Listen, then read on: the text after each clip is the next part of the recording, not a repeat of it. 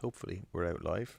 I think there's two people viewing on TikTok anyway. So give us a wave.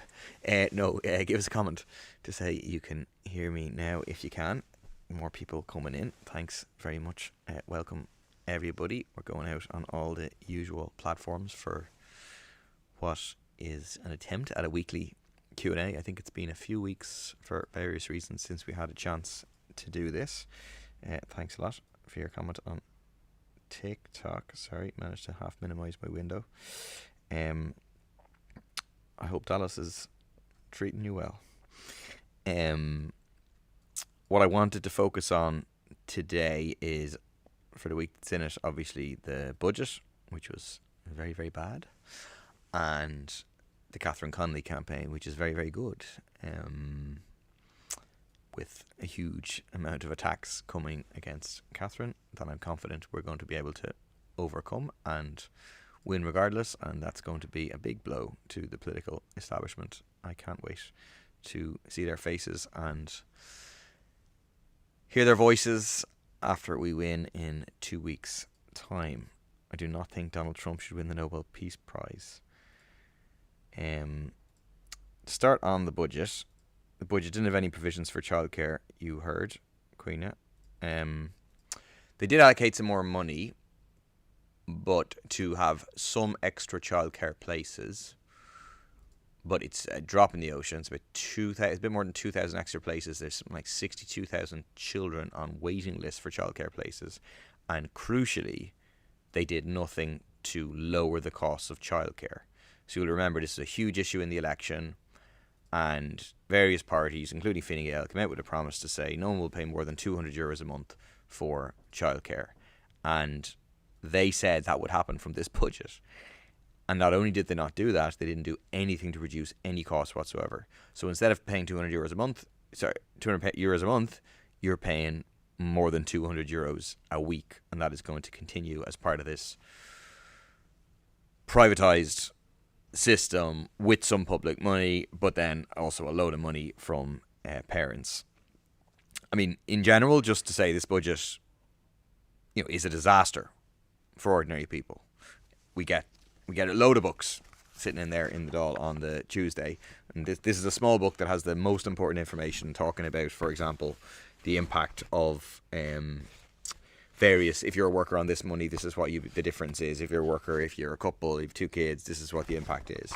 And what is striking is that workers are not going to be better off at all. They're all going to be worse off. The vast majority of people are going to be over €1,000 worse off next year compared to this year. And like, when you think about it, right, so 2 years ago there was a cost of living crisis. They were under pressure with a big protest, and they introduced the notion of cost of living measures to protect people. So the energy credits, for example, which were inadequate, but they're something. Then last year, heading towards an election, cost of living continues to be a crisis. They also do some things like that. This year, they're all gone. So if you're a student, your fees are going up this year by €500. If you're a worker, you're losing out. You're paying slightly more tax, and you're losing out on the energy credits and the extra child benefit, for example. If you're a carer, they're giving you tenner more, which will be eaten up. They're not getting rid of the means test. If you're disabled, you could be worse off to the tune of €1,500 or even more. If you're a renter, they're not giving you anything. They're giving you a load more to your landlords, of course. We'll come to that. And you just have to remember, like, they're kind of trying to say that the cost of living crisis has gone away. But prices... So they agreed last year that we needed cost of living measures. They agreed the year before that we needed cost of living measures. But prices are higher this year than last year. And yet they're saying that people's incomes can be reduced. And so the only way it makes sense is that, it's not because they cared about people with the cost of living crisis. They cared about the elections. An election was just about coming up. They were trying to win the election with short-term one-off measures, which are now all gone.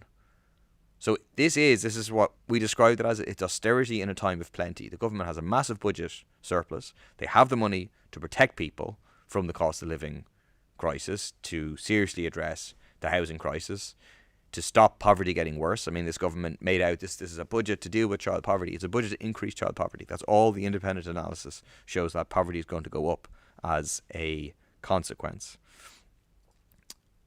And it tells you everything about, who this government represents, because at the same time as they are, like, genuinely, it's not an exaggeration, they're making life harder for ordinary people.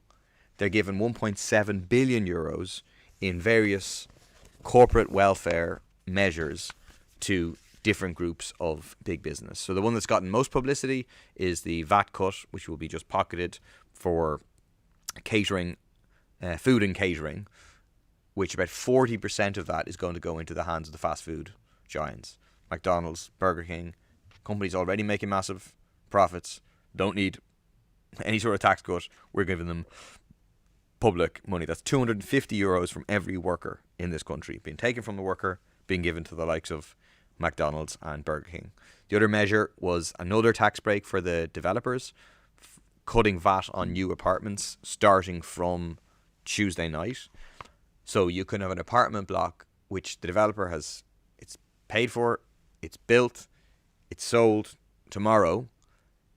The VAT has now been reduced to 9% from 12.5%.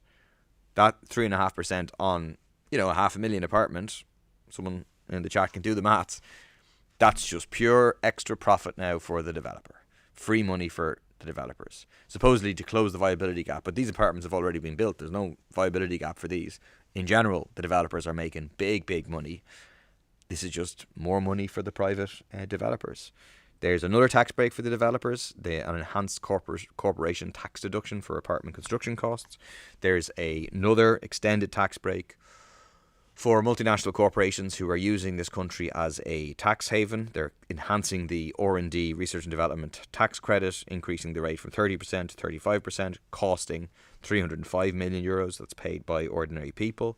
If you're a very well-paid worker for a multinational company who's come here to work, if you're earning over 125,000 euros, do you know there's a special scheme called SARP, the Special Assignee Relief Programme, whereby you get 30% of your tax back? Between 125,000 and a million euros, they give it to you as a cost to the public of 60 million euros. Horrendous stuff.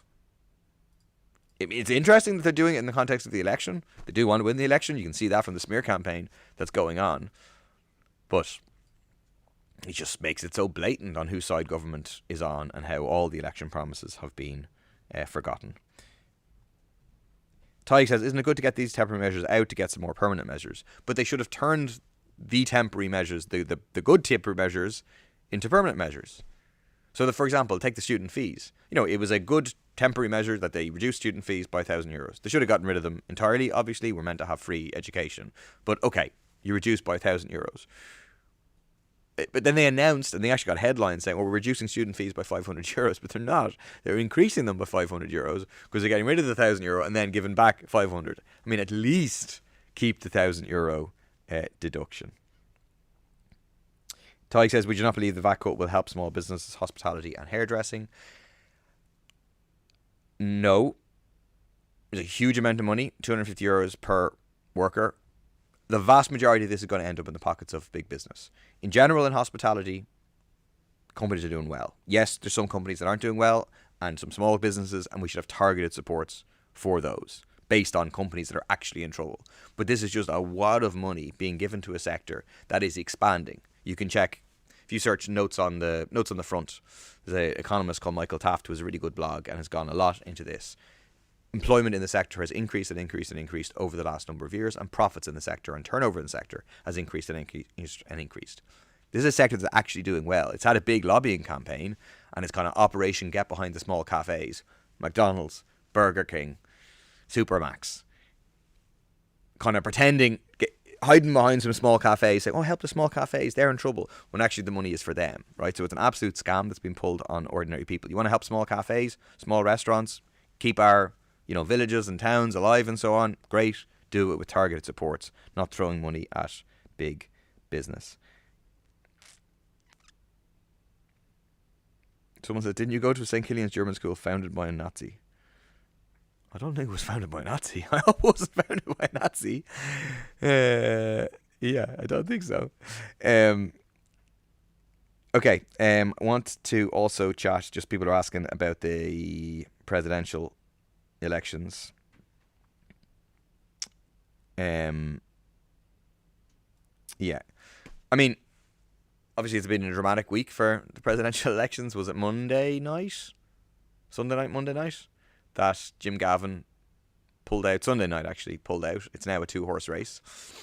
It's a very, very simple choice.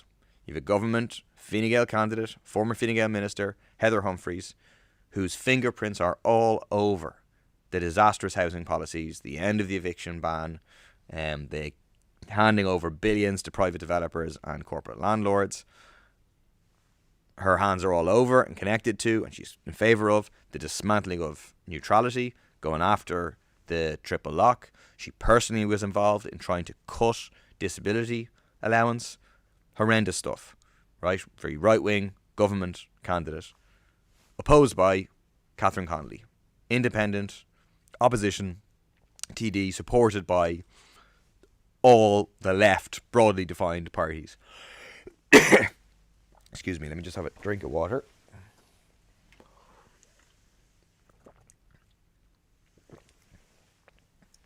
And Catherine's record just couldn't be clearer in terms of being on the side of ordinary people, fighting about the housing crisis, opposing all the disastrous moves in terms of getting rid of the eviction ban, stopping funding the tenant in situ scheme, allowing rents to rise even faster, and standing for public homes on public land.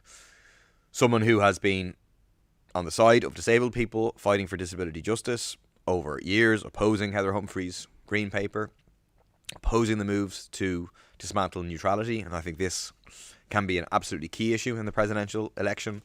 If the government gets beaten, and I think they can get beaten in this election, well, then it's a real problem for their moves to get rid of the triple lock, for example. And being consistent, not just talking about a genocide in Gaza for the last couple of months and saying, oh, it's terrible, but not doing anything about it. Catherine has been speaking out for decades about Israeli occupation, about Israeli apartheid, and speaking up for the Palestinian people. I saw that Paddy Power already paying out on a Connolly win.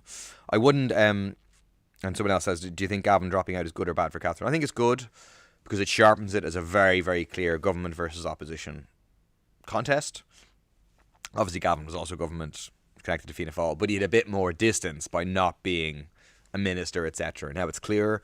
It also means the debates, they can't have 2 versus 1 on the debates, which is what was going to happen. It's what happened on the Week in Politics on Sunday, Gavin's last debate. Instead, it's 1v1, 50%, 50%, you know. That's better, and I think it'll expose Heather Humphreys more. We will see. Boogylicious, Paul was wondering if you knew the name of the old bloke who was at the Priory Market on Monday. You're going to have to give me more details than that, I'm afraid. Yeah, give me more details. And I might try and... I might know the answer. I saw someone there saying Maria Steen... Obviously, she's not on the ballot paper, so she can't be elected. And someone else saying you should spoil your vote. Just to be clear, if you spoil your vote, obviously you're doing it because, you know, you're angry at the political establishment. You're very right to be angry at the political establishment. But the political establishment will be delighted if you spoil your vote. Neil Martin will be laughing.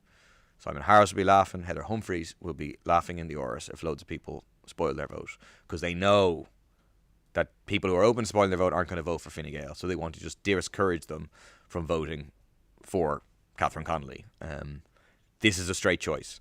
Either Heather Humphreys is going to win or Catherine Connolly is going to win. Someone who wants to dismantle neutrality, someone who wants to retain neutrality. Someone who is responsible for part of the disastrous decisions that have led to the depth of the housing crisis, over 5,000 children in emergency accommodation, someone who has fought against that. Someone who's trying to cut disability allowance, someone who has fought for disability justice. It is a very, very clear choice. You don't have to think that Catherine Connolly is your 10 out of 10 candidate. You have 2 choices. One of them's going to win. I really try and convince you to go out and vote. It will make a difference. If the government loses in this presidential election, I'm not saying they're finished. I don't think they necessarily are. But it's a serious blow to their credibility. It's a serious blow to their ability to implement all the policies that they want to, for example, in relation to neutrality. So there's quite a prize here. And our campaign has very, very big momentum. Loads of people are signing up. Over the past 7 days, 5,000 people have signed up to volunteer for the campaign. There's loads of new people coming out canvassing, and I encourage you to get involved, join the movement. It's not, and it's a point Catherine makes repeatedly, it's not about her. She's a symbol of this movement for what Catherine describes as a new Ireland.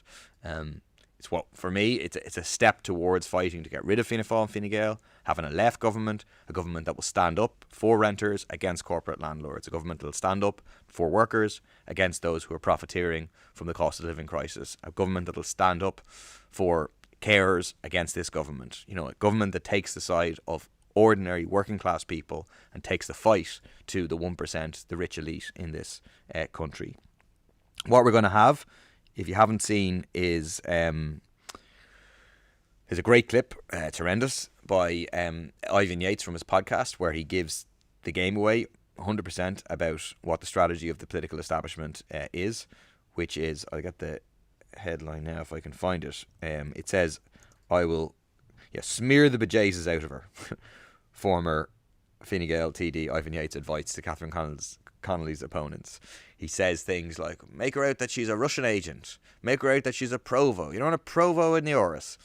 You've got to go for her, got to go gunning for her. It's just, and this is what's happening. I mean, you go into Irish Times, you go into the Irish Independent, go to any of the media sites, click in the presidential election section, and it's smear attack, smear attack, smear attack, smear attack against Catherine Connolly. The political establishment and their outriders are on the run.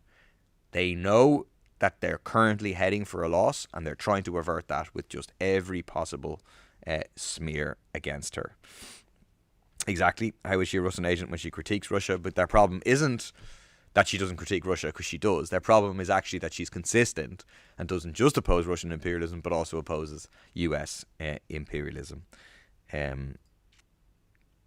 One of the ask Heather about the Orange Order.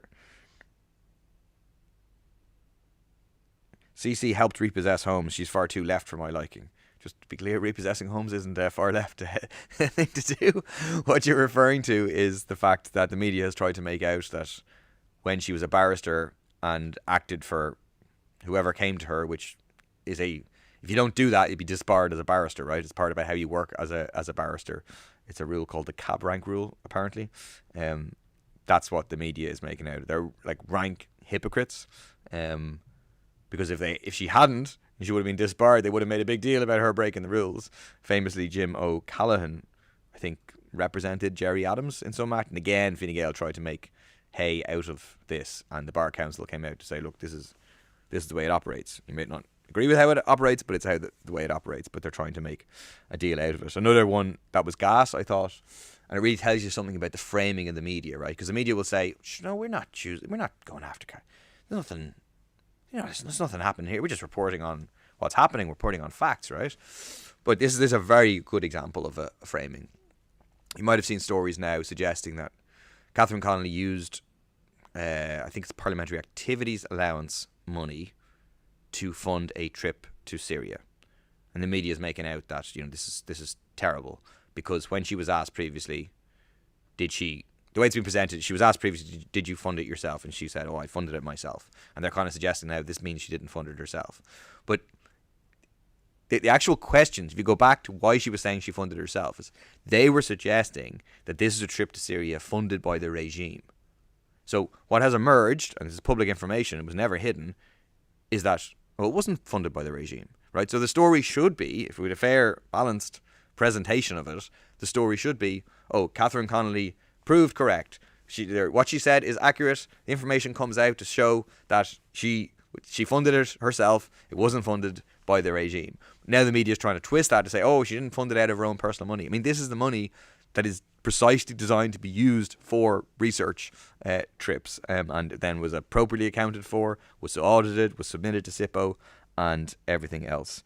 What about the Occupied Territories Bill? Is this still going? It is, but they're definitely delaying it and pushing it off and watering it down, so we have to keep the pressure up on that. I'd vote for it just off the back of the Keepy Uppies. The Keepy Uppies are very, very popular. You'd be shocked if you went on a canvas and the amount of people who talk about the Keepy Uppies. It was interesting, because I think it's like rightly or wrongly, for people, it kind of encapsulates, the idea that she's an ordinary person. She's one of us. You couldn't really imagine Heather Humphreys. I mean, maybe Heather Humphreys is good at keeping uppies. You couldn't really see it. So it is interesting.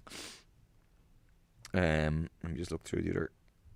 It's going to get very personal and dirty against Catherine. She is a noble lady. We need her. I agree. I mean, I think, yeah, if you're a journalist and you want to write a story that's not about how bad Catherine Connolly is for the next 2 weeks, you're not going to get that printed. There's no room in the newspapers. They're just going to get bigger and bigger and bigger with just purely Catherine Connolly stories. Like, it's crazy the amount of stuff against Catherine Connolly, and Heather Humphreys is trying to just, I don't know, there's nothing in relation to Heather Humphreys.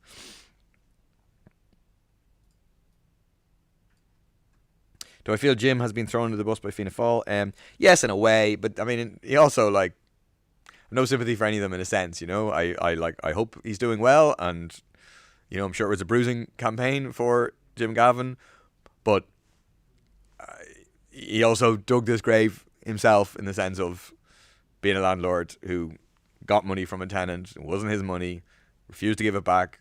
There's phone calls. There's a podcast. The Crime World podcast has the guy on, I think he's a presenter of the Crime World podcast, and the tenant, and it reveals it all. I mean, he tried hard to get the money back, sent solicitors' letters, phone calls, visited the house.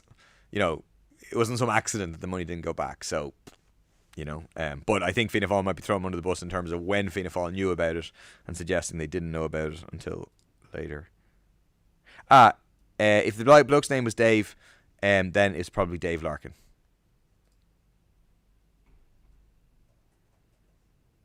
If Maria was still in the race, would you still have backed Catherine?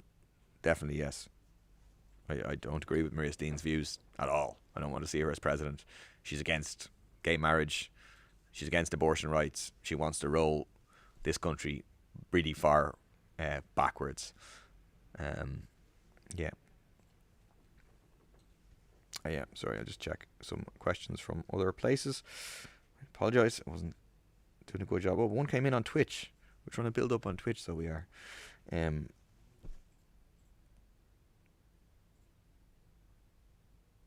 Yes, exactly. Sorry, I missed all these. Instagram, great to meet you the other night in Furhouse. Oh, cool. Anthony, Facebook.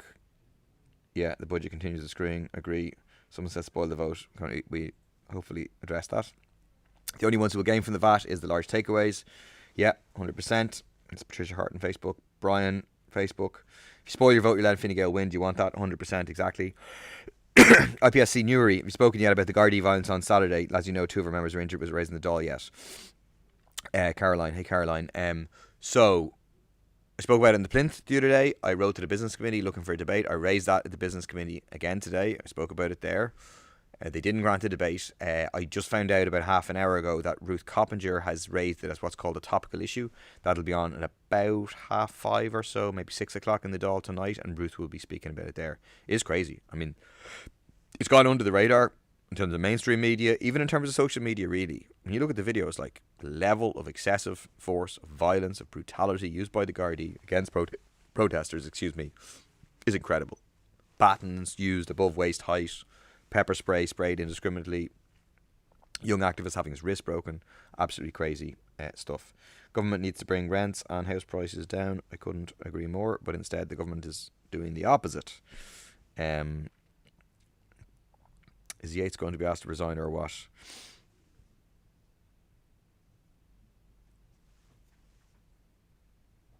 Yeah, that was Dave Larkin. Boogylicious, yeah.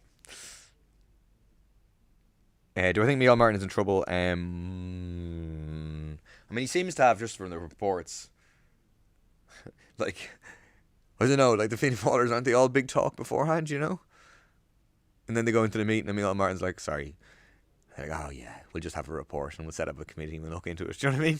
I don't know, he seems to be able to, like, kind of outsmart them. He won't run with that forever, and, like, I don't think he'll be leading them into the next general election, but it seems to me he's probably going to get away with it. For like a while, but we'll see.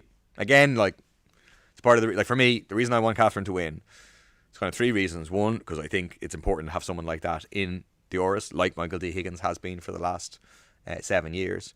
2, to be a blow against the government. I think it can destabilise the government if they lose. It's like, remind them that actually the public don't agree with them.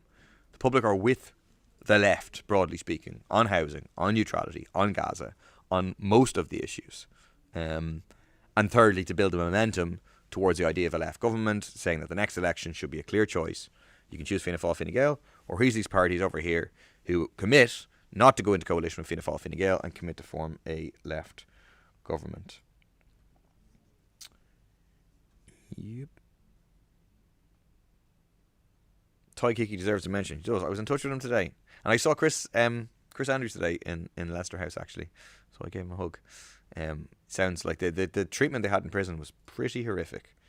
I was chatting to Chris about it. Chris and I were in prison in 2011 in Israel in similar circumstances. It was a lot worse this time. Chris was saying like Ben Gvir came into his own prison cell. I had to run then. So I think they had like armed soldiers and stuff with them, dogs repeatedly. Like, it sounds absolutely horrific what they went through. Obviously nothing compared to what people at Gaza gone through, but a lot. And it should be said that right now, I think there's 3 Irish people. I know of 2 of them. Nisha Dolan, who was originally with us in Tunis looking to go, who's now on this next wave of boats, but is now in Israeli prison. And Barry Heenan, TD, is also in prison. So we should also be kind of shouting out for them.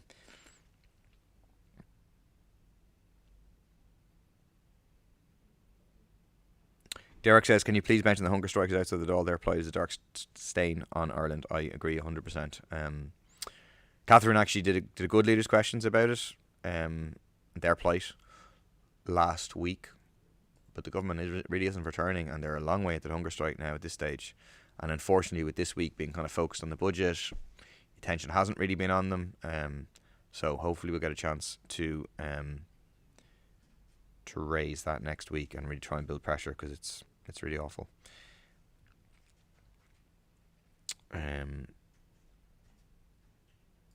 Okay, I will try to wrap up. –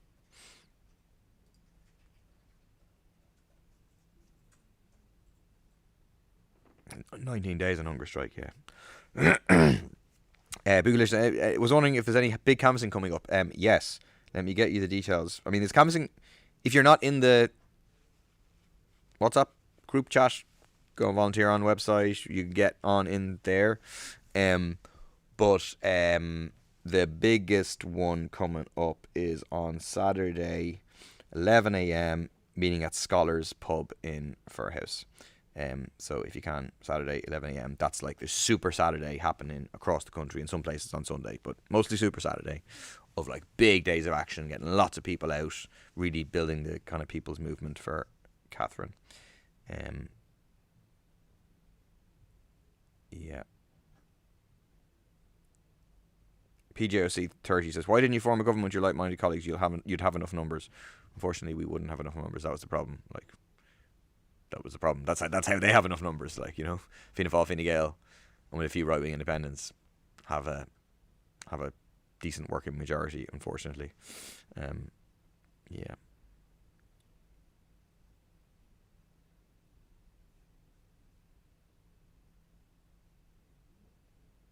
Sorry, MBO2 is asking why I don't answer about thoughts on Irish home ownership in Adamstown, because I don't understand the question. If you want to try it again and I'm still here, I will try to answer it. Will Irish Language Services get more funding after the Kyoto protest? I don't know, have we put that video up yet? I don't think so. We did. He nodded. We'll find out. I did a video about this after the Kyoto protest, I did a speech in the Dáil. I did a topical issue debate in the Dáil on calling for all the different aspects of funding that the protest was about. I got like a kind of waffly answer, didn't really say anything, so it's not really clear.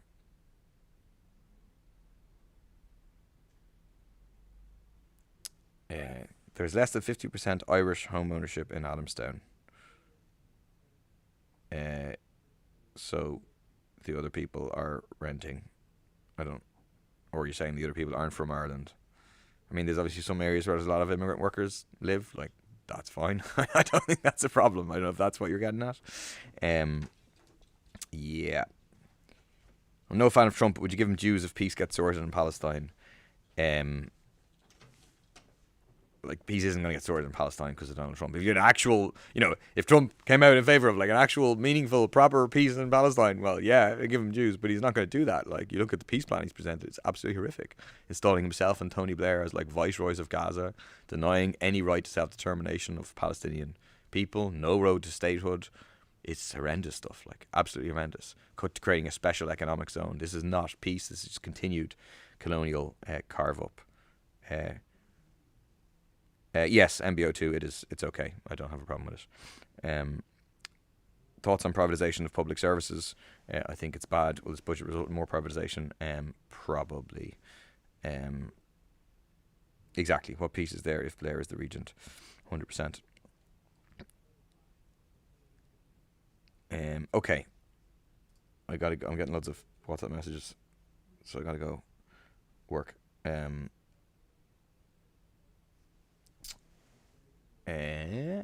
Thanks a lot for the engagement.